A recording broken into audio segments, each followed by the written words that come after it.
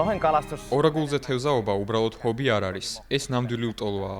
წელიწადში მხოლოდ ერთი კვირა რომ მქონდეს ორაგულზე თევზაობისთვის, წლის თითოეულ დღეს იმ ერთი კვირის მოლოდინში გავატარებთ.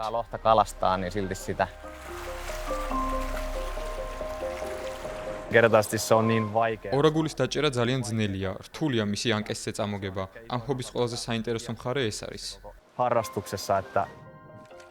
ჩრდილოეთ შვედეთის მდინარეებში ველური ორაგულის რაოდენობა წლიდან წლამდე ხან იმატებს და ხან იკლებს. ამას წინასწარ ვერავინ იტყვის. და მაინც ამ ღონიერი თევზის ანკესით დაჭერის სურვილი ჯერ კიდევ იმ დროიდან აქვს თევზაობის მოყვარულთ მთელი მსოფლიოდან, როდესაც შვედეთმა შეძლო, რომ რამდენიმე ათეული წლის წინ გადაშენების პირზე მისული ველური ორაგული ისევ მოეშენებინა. მაინც როგორ მოახერხეს ჩრდილოეთ შვედეთში ველური ორაგულის დაცვა იმ დროს, როდესაც უამრავ სხვა რეგიონში ეს ვერ შეძლეს.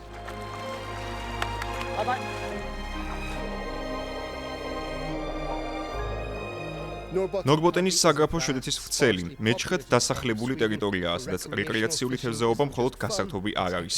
მას ეკონომიკური თვალსაზრისით კრიტიკული მნიშვნელობა აქვს. ყოველ წელს ორაგული მთელი მსოფლიოდან იზიდავს მარკოსა და პირის მსგავს მეთევზეებს. ანკესით თევზაობის მოყვარულ ამ ორ ფინელს კიდევ ერთი სათევზაო სეზონის გატარება სურს მდინარე ტურნეელვენზე, ადგილობრივ მაიკლ შტაინთან ერთად. მთავარი ხიბლი ის არის, რომ კონდეს მწუფთა მდინარე, რომელზეც არ დგას ჰიდროელექტროსადგური და რომელშიც თევზს შეუძლია იცოცხლოს და გამრავლდეს. უნდა გქონდეს ადგილი, სადაც შეგიძლია თევზზე იზრუნო და დაიცვა. აი ასეთი ადგილი ითვლება ევროპაში ორაგულზე თევზაობისთვის საუკეთესოდ. დან ბლუნკვისტმა, ნორბოტენის საგრაფოს თევზის რეწვის უფროსმა სპეციალისტმა გაგვაცნო, თუ რა წვლილი აქვს ევროკავშირის აქაური მდინარეების დაცვასა და აღდგენაში. ველურმა ორაგულმა ბალტიის ზღვაში მიგრაციამდე ამ მდინარეებში იცის ქვირითობა. მდინარე ძალიან მნიშვნელოვანია ორაგულისთვის, რადგან ეს არის მათი ქვირითობის ადგილი, საბავშვო ბაღი და რეპროდუქციის სივრცე. ადგილობრივი მოსახლეობისთვის ორაგული მხოლოდ ბუნებრივი სიმდიდრე და უბრალოდ მდინარის თევზი არ არის. ეს მათი იდენტობის ნაწილი. ორაგულს ამ მიწაზე ისტორიის, ტრადიციებისა და თევზაობის უძველესი მეთოდების შექმნაში დიდი წვლილი მიუძღვის, მაგრამ 1980-იან წლებში ორაგულის რაოდენობა ისე შემცირდა, რომ გადაშენების საფრთხის წინაშე დადგა. ორაგულის რაოდენობა დიდი ხნის განმავლობაში მცირდებოდა. ამის უკან მრავალი მიზეზი იდგა, რა თქმა უნდა, თუმცა მთავარი მაინც ბალტიის ზღვაში თევზის რეწვის მართვის მეთოდი იყო. 30-40 წლის წინ ორაგული ფაქტობრივად გადაშენების პირას აღმოჩნდა. კრიზისის გამო განგაშის ზარს შემოჰკრეს და მდინარის გაჯანსაღებაზე დაიწყეს ზრუნვა.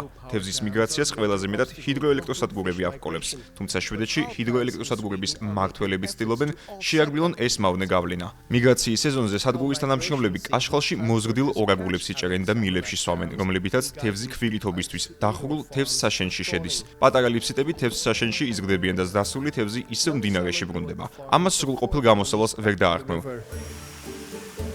თევზ საშენში გაზრდილ თევზს ველურ ბუნებაში გაზრდილის მსგავსი თავის გადარჩენის უნარი არ აქვს, თუმცა ეს ველური ორაგულის გამრავლებაზე არსებულ წნეხს გარკვეულწილად არბილებს.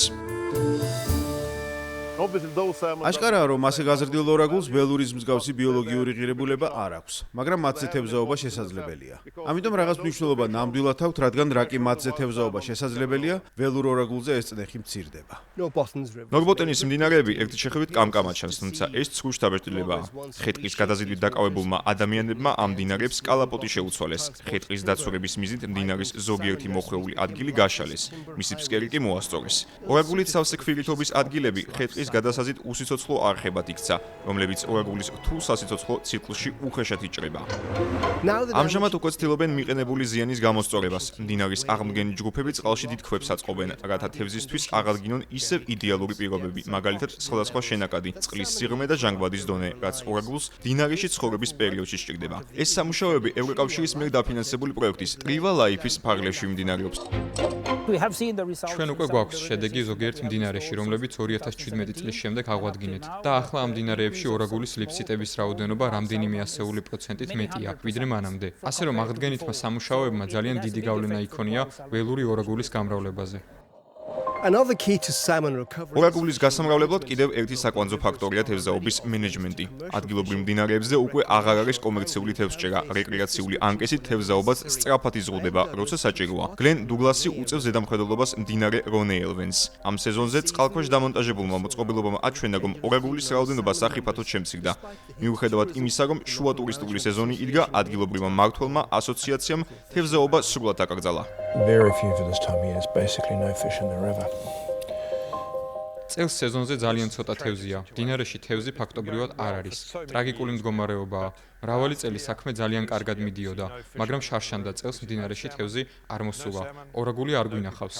ორაგული თუ არ იქნა, არც არავინ ჩამოვა ჩვენთან. ეს ნიშნავს, რომ თევზაობის ჰოლისტიკური, დაბალანსებული მენეჯმენტი გვჭირდება მთელ ბალტიის ზღვაში, რომლის სიღრმიდანაც ახლა დაავადება მოჩქებს. ფაქტობრივად და მასში ჩამდინარე შენაკადებში გადადის.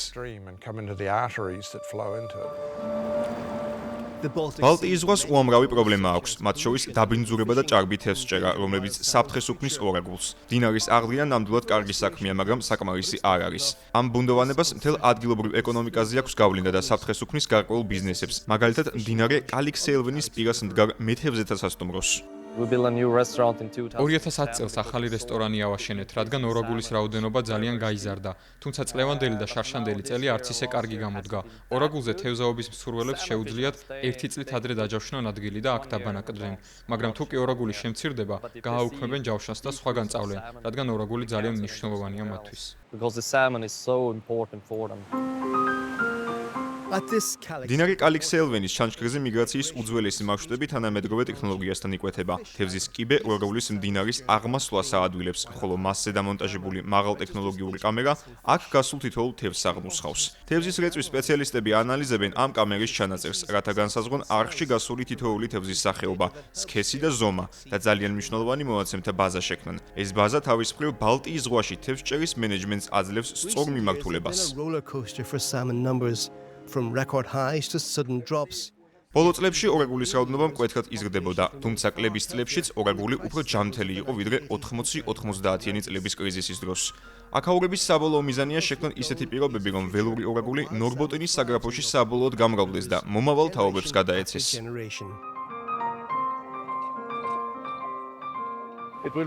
იქნება როგორც კარგი, ისე ცუდი წლები, მაგრამ ორაგული ისეთ რაოდენობას შეინარჩუნებს, რომ ვისაც ტურისტული ბიზნესის დაწყება სურს, იმან უშიშრად მოყიდოს ხელი ამ საქმეს. სიცოცხლე უფრო ლამაზი იქნება, როცა გვეცოდინება, რომ ამ მდინარეში ეს უზარმაზარი ვერცხლისფერი რაკეტასავით თევზები ყოველ წელს დაბრუნდებიან. თუნდაც მე სულ არ მიზიდავდეს თევზაობა. ხოლო თუ კი ორაგულზე თევზაობა მიყვარს, თქვენ უკვე შეხვდით რამდენიმე ასეთ გადარეულს, იმათ ხომ ძალიან გაუხარდებათ.